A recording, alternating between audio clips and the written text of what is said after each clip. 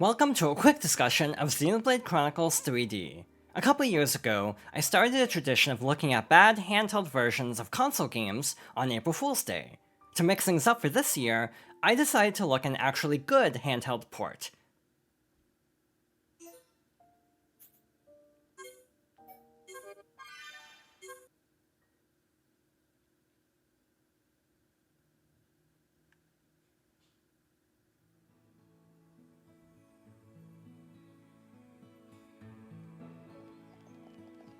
I'll admit that good is a very relative term in this case, but this is actually super impressive for the hardware. Xenoblade Chronicles 3D was released as a new 3DS exclusive in 2015. There were actually only a small handful of new 3DS exclusive games. In terms of physical releases, the only others I can think of are Minecraft and Fire Emblem Warriors. Other games like Yoshi's Woolly World and Hyrule Warriors were playable on both, but would run better on a new 3DS. But because of how demanding a game like Xenoblade Chronicles is, there was no way this would work on an original 3DS. Obviously, there have been a lot of cutbacks to the overall graphical quality, but it's impressive that this runs at all, if I'm being honest. Xenoblade might be one of the biggest RPGs of that era, on the Wii actually, given that a lot of RPGs at the time tended to focus more on like linear level design, while Xenoblade kind of harkens back to like the generation before with like wide open expanses. There's still not like a traditional overworld like in classic style RPGs, but having these large interconnected areas definitely felt very refreshing, and it's also very fascinating to note that Xenoblade almost didn't come out internationally, which is why every Xenoblade except X has had a British dub, because this game was localized in the UK before it was localized in the US, and they just used the British dub, and now that's a staple of the Xenoblade series, except for X, because that's like in spin-off territory. But yeah, it's definitely not exactly a looker, but given the hardware it's running on, this is actually super impressive. Obviously, if you were to play Xenoblade Chronicles now, your best option would be Xenoblade Chronicles Definitive Edition, which is also kind of crazy to think about, that you can play a Switch version portably, and it looks way better than this. So to be fair, the Xenoblade games on Switch have heavy usage of dynamic resolution scaling, so the overall resolution of these games isn't exactly great either. But still, like, the textures and character models were largely redone, a lot of the environments were touched up a bit, so yeah, obviously the best way to play the game would be Definitive Edition now, but at this time, it was actually kind of amazing being able to play Xenoblade portably, like playing a game of this magnitude in a handheld format. And yeah, the gameplay has been basically preserved. You have the 3-party system from before. You can't switch characters mid-battle, but you can swap in menus outside of battle. You have the break and topple system. Yeah, basically everything is intact. Graphically, it retains the art style shockingly well. Obviously, this definitely doesn't look as good as the Wii version, but for what it is, I'm not entirely sure how they made this work, to be honest, because it is shockingly playable. To be fair, this is the starting area of the game. I don't know how some of the later set pieces would fare. The one that immediately springs to mind is the Satwal Marsh area, which I feel like would be a lot more demanding than the area around Colony 9. There are a couple other areas that I wonder how they would fare, given that the frame rate isn't exactly a stable 30 in some of these early areas, though it's more than playable. As an RPG, I almost feel like frame rate isn't super important compared to like an action game where you need a lot of like immediate response time, but in a game like Xenoblade, you will still have some reflex elements like the little quick time event rings, but in general, I feel like this is a game, and this goes for the entire series, that isn't super dependent on frame rate. One problem I would say about this version would be just the screen size. Xenoblade is a very like text-heavy game, so it has been scaled up a bit, and I do like how the health bars and the minimap have been moved to the bottom screen, so that clears up more room on the top screen. But we also still have like chain attack gauge on the top screen along with our battle commands as well. In terms of gameplay, it actually feels really weird going back to the original Xenoblade because of playing 2 and 3 more recently. Actually, no, I've played 1 more recently than 2 because I actually played this game again on Switch before the release of 3. But in general, I will still say that 3, in my opinion, has more in common with 2's battle system than 3's. Which might be why I actually like 3 more. Admittedly, Xenoblade Chronicles is not one of my favorite games in the series. I mean, it's actually kind of hard to not have this game in my top 3, given that there are 4 games. Well, actually more if you want to count some side games like Torna, and if you also want to count like Future Connected. By the way, this version also has some exclusive content. You can actually use Street Pass or scanning amiibo, the Shulk amiibo from Smash Bros. Specifically, to get tokens that you can use to unlock a figure gallery for like viewing the character models and a sound test. And I'm pretty sure this is one of those games where you can actually close your 3DS and the sound test will still keep playing, so you can basically use it to like listen to the music like portably. One thing I will say is the timing on the rings is very difficult, not necessarily because of the frame rate, but because it's just really hard to see. Again, this is a very small screen, especially compared to like a Switch screen, which is a lot bigger. You really don't think about how like much progress has been made in specifically like the handheld space in a very short amount of time. Like in the console space, I almost feel like the technological advances have been generally a little bit slower, but seeing how far handhelds have gotten in recent times is actually kind of mind-blowing, if I'm being honest. So yeah, in general, I am actually kind of surprised that the sound test and the character model gallery never made it into the Switch version, though to be fair, I'm pretty sure that was actually more based on the Wii version, and sort of like separate branching pathways essentially, where like it would not make sense to take the 3DS version and try to retrofit that back onto our console. It'd be easier to start from the Wii version as a base for a definitive edition, so I kind of get it, but that is still an odd omission that they didn't add it back in. But also, this being like a port of the Wii version, you're also missing out on a lot, unfortunately. For example, most of my biggest issues with the first Xenoblade have to do with quality of life. A lot of things are just really inconvenient because of how you have these little floating blue orbs that are just random items, and you have to collect a lot of items for side quests. And Xenoblade Definitive Edition actually will basically highlight the items in question that you need to collect, so you don't have to just collect every blue orb in an area and hope it's the one you need. Additionally, a lot of the, I want to say some of the like menu systems were also simplified.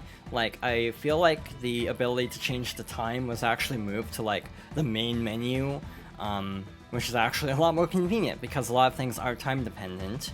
I feel like some other things were actually improved too, but I'm actually drawing a blank a little bit on what all was like fixed in Xenoblade Definitive Edition. But yeah, in terms of quality of life, it is definitely the go-to version. In terms of aesthetic, people often debate which is better. Some people prefer the original art style because it kind of stands out a little bit more.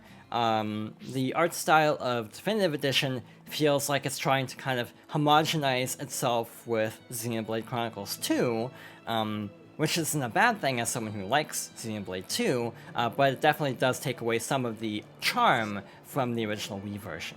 But also, I totally understand why they wanted to do that, because Xenoblade 3 happened, and yeah, it makes total sense why they made this decision. But also, that's another thing, Xenoblade Chronicles Definitive Edition also added some new content. I'm pretty sure there's like an arena mode that you can unlock additional costumes by completing challenges, basically. This was actually a thing in Xenoblade 2 that was sort of retrofitted back into Xenoblade Definitive Edition. I never really played that many of the challenges when I went through the game again. I mostly, because I was running way far behind from where I wanted to be, I definitely focused more on the main story. Like at the beginning of my playthrough of Definitive, I was trying to do everything, and then by the end, it's like, oh, Xenoblade 3 is out in like a month or two, I should probably just finish the main story and not worry too much about it. And yeah, I actually did enjoy the game a lot. The first time I played Xenoblade, was after the launch of the Wii U. I've told the story before in other Xenoblade related videos, but basically I had a really close to launch model for the Wii, and those models were notorious actually for having disk drives that would fail to read dual layered disks after a certain amount of time. So at a certain point, I wasn't able to play Smash Bros. Brawl, I wasn't able to play The Last Story, which was another Operation Rainfall game that I actually never finished, to be honest. I kind of bounced off of that game really quickly, unfortunately. This game I did enjoy, it was just a case of I wasn't able to play it right away, so yeah. Like late 2012, early 2013 was when I finally got to play this game, and it took me like 3 years to actually get through. I want to say it was 2015 when I finally finished it, and I liked it. But by the time of actually finishing the game, I feel like the public perception of Xenoblade was already shifting so fast that I never quite understood the hype for it. Basically, by the time I finally got around to finishing it, it went from like a fairly niche game that barely even released overseas to like a cult classic game that a lot of people were saying was like their favorite RPG of all time, or one of their favorite games, period. So when I finally finished it, I was like, this is great, this is like an 8 out of 10. I don't feel super strongly about it. And to be honest, I kind of forgot a lot about the plot, to be honest. So like when I went through Definitive Edition, it was actually nice, refreshing. This is why I played it again, because of 3. I wanted to refresh myself because it had been many years and I barely remembered much of the main plot of the first game. For some reason, 2's plots stood out a lot more, though to be fair, I also have been meaning to go through 2 again, except it's like an 100-hour long game. So all these games are so long that I don't exactly go out of my way to replay them unless I have a reason to. But Xenoblade 2 and some days 3, I think I like a lot more, to the point where I would be willing to actually play them again someday, but even then, not anytime soon. And also, at least at the time of this recording, we're still waiting for the final DLC, so in my case, as someone who likes collecting physical copies of games, I am kind of holding out for another Torna situation, where the DLC and the expansion pass will get like a physical copy for Xenoblade 3, just to say I basically own all of the Xenoblade games in some form or another. I wish I could say I own all of the Xeno games, period, but I never actually got around to buying Xenosaga, which might be one of my biggest gaming regrets in terms of games I actually never picked up, because now those games are stupidly expensive, because a lot of retro games have skyrocketed in price in recent years. So needless to say, I've never played Xenosaga, and I'm still kind of holding out hope for a remaster, since Namco is currently working on a Baten Kaitos remaster, so maybe there's still some hope left for Xenosaga. Though that would be a weird trilogy to remaster, because like, from what I gather at least, there's like massive tonal shifts between each game, so actually making a cohesive trilogy collection would actually be kind of difficult, because these games are not very cohesive, because they're so different from one another. But yeah, in general, I do still like Xenoblade 1. My current ranking right now is I can't decide between 2 and 3. I like both for different reasons, and I have like criticisms of both for different reasons. So like one thing one game does better, the other game does worse, and vice versa. So they kind of even out for me. Both are like probably a couple of my favorite games of all time.